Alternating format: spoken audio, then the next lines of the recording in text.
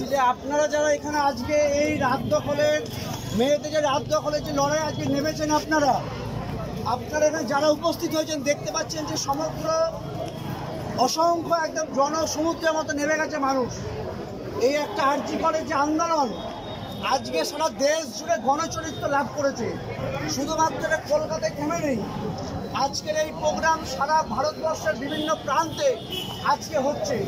কিন্তু আমরা চাই একটা সুশৃঙ্খলিত আন্দোলন যদি বিশৃঙ্খল হয়ে যায় তাহলে কিন্তু আমাদের যে ডিমান্ড, এই ডিমান্ডও কিন্তু বিশৃঙ্খলভাবে আসবে।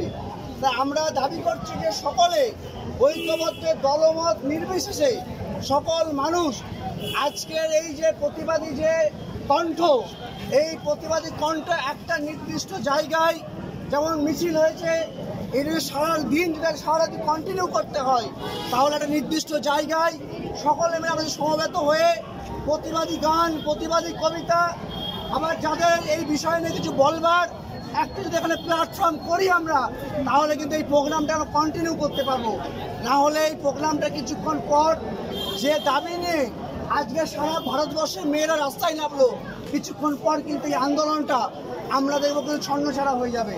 তাই সকলে যারা এখানে উপস্থিত আছেন প্রত্যেককে আমি আবেদন করছি আমার দিক থেকে যে আপনারা আসুন, যারা গান পারেন, প্রতিবাদী গানও হচ্ছে একটা ভাষা। আন্দোলনকে যেভাবে আপনারা দেখেছেন বিভিন্ন জায়গায় যখন